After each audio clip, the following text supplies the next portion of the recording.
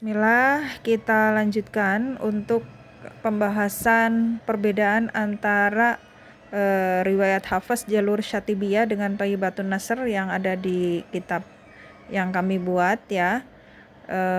Kaidah sanad Hafs, ini kaidah yang sangat penting sekali yang banyak orang Indonesia nggak tahu, padahal orang Indonesia memakai riwayat Hafs ini gitu ya. Kita langsung ke halaman 50 ya. Ya silakan yang mau beli buku ini ya, bisa PDF, bisa juga bentuk fisik buku cetak ada.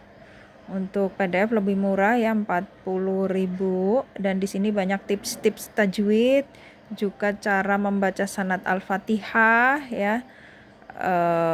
Bisa dilihat di daftar isi di situ. Lalu tips-tips tajwidnya diwarnain warna ungu di sini ya.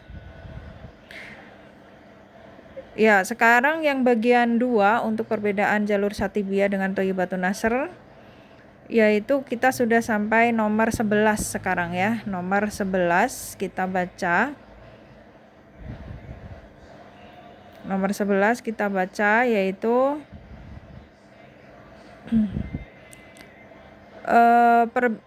perbedaan, kita lihat di poin 11 apakah ada perbedaan antara riwayat Syatibiyah dengan Thayyibatun Nasr. Ya, An-Naml ayat 36 di situ pada kata atania ya. Dibaca fathah ketika wasol, atania Allah gitu kan di surat An-Naml ini. Nah, ketika waqaf untuk ini kan jalur Syatibiyah ya. Ketika waqaf dibaca dengan dua cara, yaitu dengan menetapkan ya menjadi atani gitu ya.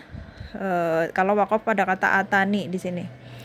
Atau dengan cara kedua yaitu dengan membuang ya-nya menjadi atan gitu ya. Keterangan ketika waqaf dengan membuang ya dalam bacaan, berarti yang atan di sini ya. Boleh dengan sukun sempurna yaitu atan, atau dengan raum. Raum berarti ni-nya dibaca katanya karena asalnya adalah atani gitu kan. Nun kasroh, maka di sini ni-nya di raum ya. Dibaca sepertiga harokat. Jadi kecil baca ni-nya. Atani gitu ya. Ni gitu ya, karena sepertiga harokat. Nah, itu riwayat Syatibiyah. Nah, sekarang kita lihat apakah nomor 11 ada perbedaan dengan Thayyibatun Nasr. Ternyata ada di sini. Karena yang saya warnain di sini ya, yang saya warnain merah-merah di sini adalah ternyata ada perbedaan di nomor 10, nomor 11, nomor 12, nomor 13. Kan kita sudah sampai nomor 11 tadi ya. Yaitu pada riwayat Thayyibatun Nasr untuk lafaz atani ya, huruf ya tidak dibaca saat waqaf. Menjadi atan. Jadi satu wajah aja ya. Kalau Thayyibatun Nasr dia saat membaca atan, saat waqafnya hanya satu wajah saja, yaitu dengan atan. Kalau tadi kan riwayat Syatibiyah dengan dua wajah, dengan atani gitu ya, atau atan gitu. Nah, lalu sekarang poin 12 juga ada perbedaan ya antara Syatibiyah dengan Thayyibatun Nasr. Kita baca yang Thayyibatun Nasr karena kita lagi buka yang Thayyibatun Nasr dulu ya. Pada riwayat Thayyibatun Nasr dibaca dengan ibdal 6 harokat. Nah, ini untuk riwayat Thayyibatun Nasr. Berarti kalau ada merah-merah seperti ini warnanya ya, warna merah-merah ini berarti artinya antara riwayat Syatibiyah dengan Thayyibatun Nasr ada perbedaan gitu ya. Ada yang perbedaannya sedikit, ada yang perbedaannya banyak. Ya, nomor 11 perbedaannya sedikit tadi. Perbedaannya saat waqaf. Tapi kalau wasol sama atani Allah gitu. Ya, kita lihat untuk Thayyibatun Nasr dibaca ibdal 6 harokat. Apa sih, tentang apa? Kita lihat lengkapnya di sini ya. Saya bikin buat coret-coret dulu ya. Nah, Jadi poin 12 adalah tentang surat-surat ini ya. An'am, lalu Yunus. Nah, Yunus ini salah ketik ya, harusnya 91. Ayat 91 ya. Ayat 51 dengan 91. Ini salah ayat ya. Harusnya 59 diganti menjadi 91 karena lafaz al-ana di sini ayat 91 gitu. Nah, lalu Yunus 59 dengan An-Naml 59 pada lafaz Allah. Ya bisa dicek ya. Lafaz ini itu di Yunus 59. Kalau al-ana di Yunus 91 bukan 59 gitu. Lalu lafaz az-zakarin. Ya dibaca dengan dua cara. Ya dibaca dengan dua cara, yaitu untuk 3 lafaz ini ya. Untuk 3 kata ini dibaca dengan dua cara. Yaitu yang pertama, ini kan riwayat Satibiyah yang tercantum di tabel ini adalah riwayat Satibiyah. Adapun yang merah-merah di bawah ini yang tadi ya di bawah sini itu adalah riwayat Thayyibatun Nasr kan. Ya, jadi ini lagi ngomongin Satibiyah ya, jalur Satibiyah. Nah, di sini untuk Satibiyah dibaca dengan dua cara, bisa dengan mat lazim kalimi musaqal maupun mukhafaf ya, yaitu 6 harokat. Kalau az-zakaroin berarti mat lazim kalimi musaqal. Kalau al-ana berarti mat lazim kalimi mukhaffaf. Gitu ya. Untuk istilah di dalam ilmu qiraat disebut dengan ibdal tadi ya di pembahasan yang Thayyibatun Nasr ya. Tadi kan untuk riwayat Thayyibatun Nasr dibacanya hanya 6 harokat saja atau namanya ibdal gitu ya. Adapun kalau di Satibiyah di sini bisa dibaca 2 wajah, bisa dengan mat lazim 6 harokat, bisa dengan tashil. Kalau tashil berarti seperti al-jami'u, maka menjadi az ya, az-zakaroin ya. Untuk yang ini az-zakaroin, yang ini al-ana. Itu kalau dibaca tashil. Kalau Allah berarti Allah gitu. Tashil di sini adalah hamzah pertama dibaca jelas, sedangkan hamzah kedua dibaca samar antara hamzah dan alif ya. Seperti itu ya di penjelasan hukum tajwid tentunya tentang tashil ya. Kita tahu di hafaz itu tashil pada apa? Pada al-jamiyu gitu kan. Nah, di sini juga ternyata bisa ditashil untuk riwayat Satibiyah. Adapun riwayat Thayyibatun Nasr ya. Poin 12 ini kalau Thayyibatun Nasr hanya dibaca dengan 6 harokat. Az-zakaroin, yang ini al-ana. Untuk az-zakaroin itu dia ada hukum nabernya karena zaknya tasydid. Kan apabila mat bertemu dengan tasydid, maka dia ada hukum naber seperti waladhdallin gitu kan, ditekan ya tasydidnya. Di sini juga az-zakaroin gitu. Kalau al-ana di situ tidak kalau yang al-ana dibaca 6 harokat, dia tidak naber. Kenapa? Karena dia lamnya disukun bukan ditasydid. Gitu. Kalau di sini ada naber, kalau di sini tidak. Walaupun sama-sama dibaca 6 harokat gitu ya. Yang ini berarti datar aja. Al-ana gitu.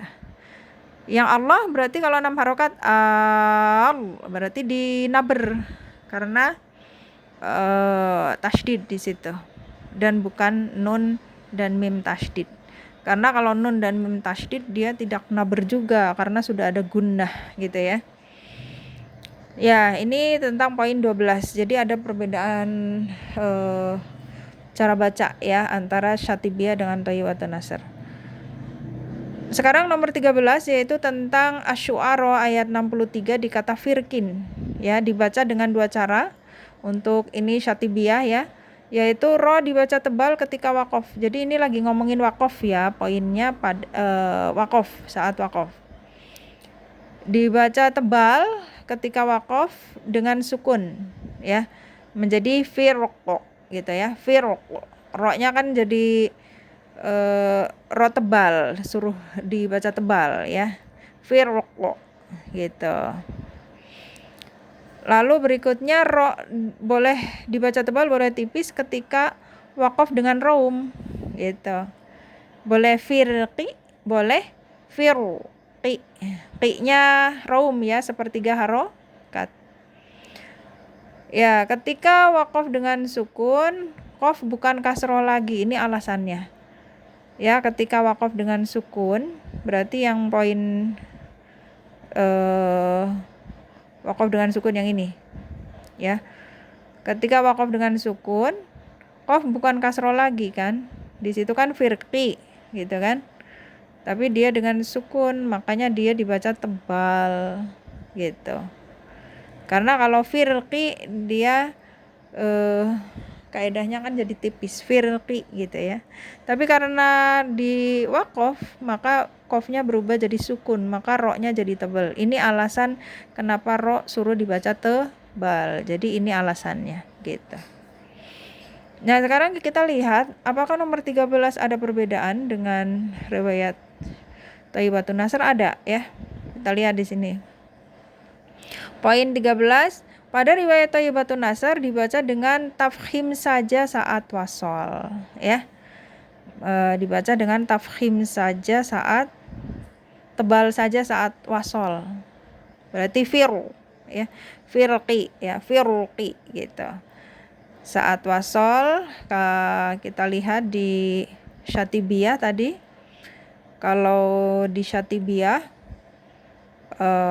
saat wasol bisa tebal bisa tipis. Tapi kalau di Thayyibatun Nasr dibaca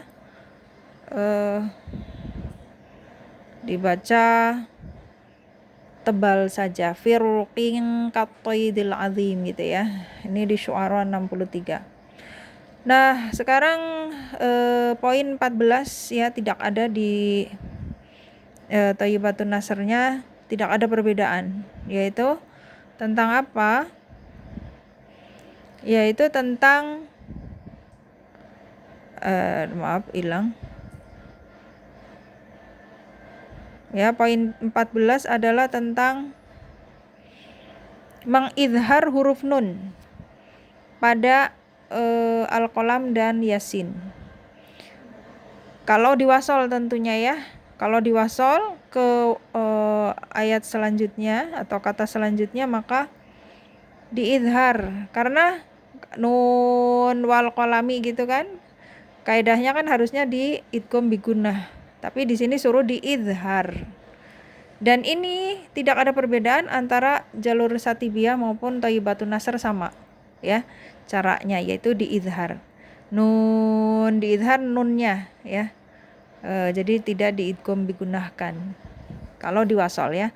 Nun wal qalami gitu. Nun wal qalami. Di sini juga Yasin wal Qur'anil Hakim. Ya, seperti itu ya. Jadi tidak ada perbedaan antara Syatibiyah dengan Thayyibatun Nasr di poin 14. Nah, poin 15 ada tuh perbedaan. Ya, kita lihat poin 15, poin penutup tentang perbedaan ini, yaitu pada Syatibiyah dibaca tawassut dengan 4 atau 6 harokat pada ain, pada huruf muqatta'ah ini ya, yaitu di surat Maryam dan surat Asy-Syura yang ada ainnya tentunya. Di situ untuk Syatibiyah dibaca 4 atau 6 harokat ya. Lalu sedangkan Thayyibatun Nasr dibaca dengan ainnya dibaca hanya 4 harokat saja. Itu perbedaan antara Syatibiyah dengan Thayyibatun Nasr gitu pada huruf muqatta'ah ain gitu. Kalau yang huruf muqatta'ah lain sama ya gitu kaidahnya. Nah, sudah selesai ya untuk perbedaan, persamaan dan perbedaan gitu ya. Persamaan dan perbedaan riwayat atau jalur riwayat Hafs jalur Syatibiyah dengan Thayyibatun Nasr. Jalur Syatibiyah adalah jalur yang membaca mad jaiznya yaitu 4 atau 5 harokat. Sedangkan Thayyibatun Nasr adalah yang membaca mad jaiznya 2 harokat. Dan riwayat Thayyibatun Nasr ini kan banyak ya. Tapi untuk yang dipakai di Indonesia seringnya adalah riwayat Imam Fil gitu ya, sanadnya ke riwayat Imam Fil yang membaca mad jaiznya 2 harokat seperti itu ya. Jadi inilah yang menjadi dasar pegangan yang wajib diketahui saat belajar sanad hafaz. Sanad hafaz adalah sanad yang dipakai di Indonesia. Jadi sebelum belajar qiraat asyroh harusnya sudah paham dengan mutkin dulu kaidah yang sangat mendalam ini dalam kaidah sanad hafaz ya. Jangan sampai salah di dalam membaca Al-Qur'an, terutama saat mad jaiznya 2 harokat, karena berbeda saat mad jaiznya dibaca 4 atau 5 harokat dengan perbedaan-perbedaan yang saya jelaskan di sini. Persamaan dan perbedaannya ada 15 poin. Seperti itu ya. Semoga mudah dipahami. Barakallahu fiik. Semoga kita semua semakin mutkin untuk sanad hafaz sehingga tidak salah di dalam membaca Al-Qur'an dan berkah. Allahumma amin. Assalamualaikum warahmatullahi wabarakatuh.